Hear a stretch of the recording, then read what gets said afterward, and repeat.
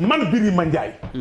wallahi wal kitaabi xaw ma dëgg la xaw ma du dëgg sama bàmmeel laa tiit wóoruma du ma ko ji miimal du ma ko jiñal pourquoi du ma ko miimal mooy avant Ousmane Sonko naan dem naa foofu man Birima Ndiaye billaahi wallahi taala musuma gëm ni Ousmane Sonko na futteeku ni dum ay xale 20 ans di commencé gëmuma ko woon je parle honnêtement man bien que je le sais moi. non boobu tamit précision nee na da doon toog ñu koy jàppale.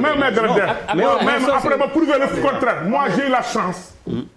moi j'ai eu la chance de parler 2 fois à Adji Sarr pas plus tard qu'hier.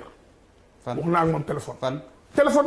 xam nga yaa ngi wax ju bari bis bu preuve Adji Sarr génne du too wax ci Sénégal Sénégal te jox micro bi maa ko wax ma ko ba xool la le jour que Adji Sarr sortira ses preuves du too wax je te défie te daa toogaat fi waxaat ko ma continue ma yaakaar ni.